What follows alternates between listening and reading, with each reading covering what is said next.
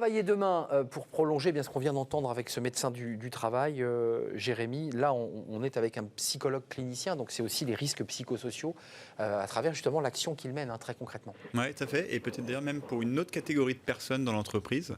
On en parle avec Jean-Luc Douillard. Bonjour. Bonjour. Arnaud le disait en préambule, vous êtes psychologue clinicien et vous avez cofondé l'APESA. C'est une association qui vient en aide aux entrepreneurs en difficulté. On le lit un peu sur votre site. Il y a parfois un lien entre la santé financière, la santé de l'entreprise et la santé mentale, psychique de ces dirigeants. Comment on peut faire pour les accompagner au mieux pour éviter ce genre de détresse? Comment vous faites alors, vous, pour aider ces gens qui d'ailleurs cette année doivent être en grande difficulté? Alors, il y a un lien absolument direct entre le chef d'entreprise, sa santé et la santé de son entreprise. J'imagine que peut-être encore un peu plus sur les petites entreprises, c'est-à-dire que la santé de l'entreprise et la santé du dirigeant sont directement corrélées.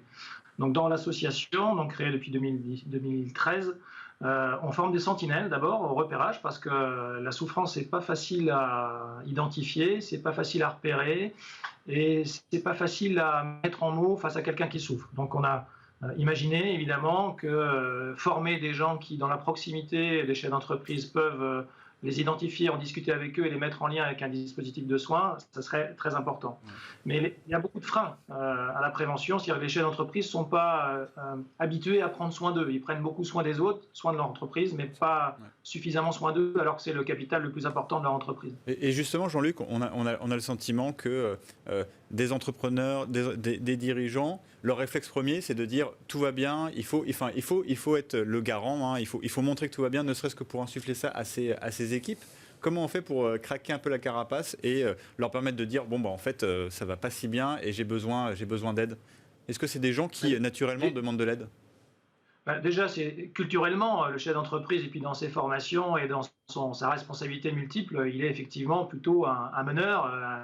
Les entrepreneurs, ils ont l'habitude d'anticiper, de s'occuper un peu de tout ça. En fait, il y a tellement de freins qu'il faut que nous, on soit en capacité en face de pouvoir identifier déjà les situations difficiles. Et Dieu sait si cette année, il y a des chefs d'entreprise qui traversent des moments extrêmement difficiles, voire dramatiques pour leur entreprise et pour eux-mêmes. Donc, contourner un petit peu ces freins à la prévention, c'est imaginer d'abord qu'il y a des gens qui souffrent et ça se voit, et il y a aussi beaucoup de gens qui souffrent beaucoup et ça se voit pas, ou ça se voit de moins en moins.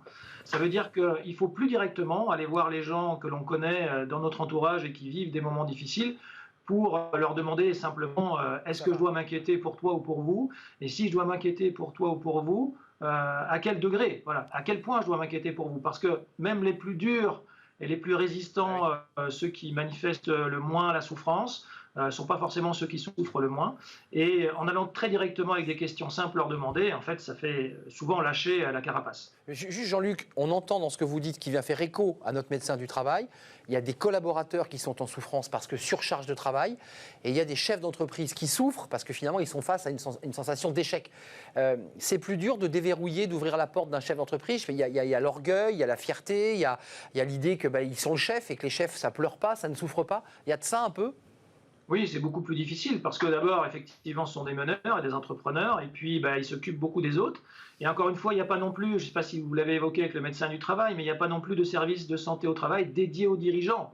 Voilà, donc on n'a pas d'obligation à prendre soin de sa santé quand on crée son entreprise, quand on la reprend ou quand on hérite d'une société ou d'une entreprise familiale. Donc c'est peut-être ça aussi les perspectives, c'est d'imaginer des services de santé au travail dédiés aux dirigeants pour leur donner l'habitude un petit peu plus tôt quand tout va bien, d'aller rencontrer un médecin ou un psychologue pour parler de son projet, avec l'idée qu'au bout d'un moment, éventuellement même au bout de quelques années, si un jour ils rencontrent des choses très difficiles, soit dans leur vie personnelle, soit dans la vie économique de l'entreprise, parce qu'on peut être touché par les deux, d'avoir déjà un peu un interlocuteur avec lequel il y a du lien pour aller un peu plus tôt parler de ces difficultés. Une question un peu attendue, mais avec l'année qui s'achève, qu'est-ce que vous avez constaté? Est-ce que vous avez une recrudescence de cas inquiétants, alarmants auprès de cette population? Et qu'est-ce que vous attendez un peu là pour 2021? Comment on peut se préparer à la suite? Alors évidemment, donc nous on a en plus du dispositif APESA classique qui est développé à partir des tribunaux de commerce, et on a 76 aujourd'hui juridictions qui ont adopté et développé APESA à partir du tribunal de commerce. On a ouvert un numéro vert à partir de fin avril avec voilà, les soutiens de CCI France et Emma France et Harmonie Mutuelle. Et là, on a depuis à peu près 1500 appels, en plus des dispositifs APESA local. Ça veut dire que sur cette année, on est à peu près à 1300 prises en charge de chefs d'entreprise en souffrance aiguë, parce que APESA, c'est un dispositif de prévention du risque suicidaire des chefs d'entreprise. Ce n'est pas simplement la prévention du mal-être, c'est vraiment la détection du risque suicidaire. Ça veut dire que, évidemment, depuis 8-9 mois, il y en a qui souffraient déjà et qui continuent à souffrir et qui sont en difficulté, mais il y a surtout toute une tranche de chefs d'entreprise qui n'étaient pas en souffrance fin février, fin mars, qui n'avaient jamais rencontré de choses difficiles, qui sont aujourd'hui choqués, sidérés, sous anesthésie, avec tout ce que l'on peut essayer de leur proposer pour tenir un petit peu. Mais on n'a pas forcément beaucoup plus sur les APESA classiques de situation de crise, mais parce que les tribunaux ont été aussi confinés et fermés pendant un certain temps, et beaucoup d'institutions aussi. Il y a beaucoup d'assignations qui ne se sont pas faites, donc dans les tribunaux, on a retardé aussi un peu les échéances. Mais on a beaucoup d'inquiétudes pour 2021, que ce soit dans le monde économique ou dans le monde de la santé. Et la difficulté, c'est comment est-ce qu'on va pouvoir essayer d'accélérer la structuration de dispositifs sur chaque département qui permettent de repérer, donc de former les sentinelles et de développer ces formations de sentinelles, puis surtout derrière d'avoir un dispositif réactif qui est pour moi essentiel comme l'est APESA, c'est qu'il faut qu'on aille à leur rencontre. Si on attend qu'un chef d'entreprise complètement effondré, dramatiquement touché par la crise, trouve encore de l'énergie pour demander de l'aide, je pense qu'on peut toujours attendre. Donc c'est à nous d'aller à leur rencontre. Merci Jean-Luc. Merci Jean-Luc, c'est vraiment passionnant. D'abord, c'est intéressant d'ouvrir cette fenêtre pour parler des chefs d'entreprise en souffrance, parce que c'est vrai qu'on parle beaucoup des collaborateurs sur ce plateau, ce qui est tout à fait normal, mais c'est vrai qu'on ne se tourne jamais vers eux pour savoir comment ils vont et comment ils subissent aussi les coups qu'ils prennent sur la tête, parce que c'est des moments difficiles. Je parle évidemment en présence d'un chef d'entreprise qui est sur ce plateau. Merci Jean-Luc. APESA, avec ce lien avec les tribunaux de commerce, évidemment, et puis vos capteurs, vos sentinelles qui, évidemment, essaient de capter voilà, la réaction et les douleurs, les souffrances de ces patrons. Merci Jean-Luc. Merci à Jérémy pour ses invités passionnants. On se retrouve demain. Là, vous savez, je ne me suis pas trompé. Hein. Ça sera d'ailleurs notre dernière ensemble. Ça sera voilà, un petit moment d'émotion. Voilà, après ces 6 mois de partage de cette rubrique. On fait une courte pause, évidemment, parce que sinon je vais avoir comme ça l'émotion qui va se voir. Ça va faire couler le maquillage.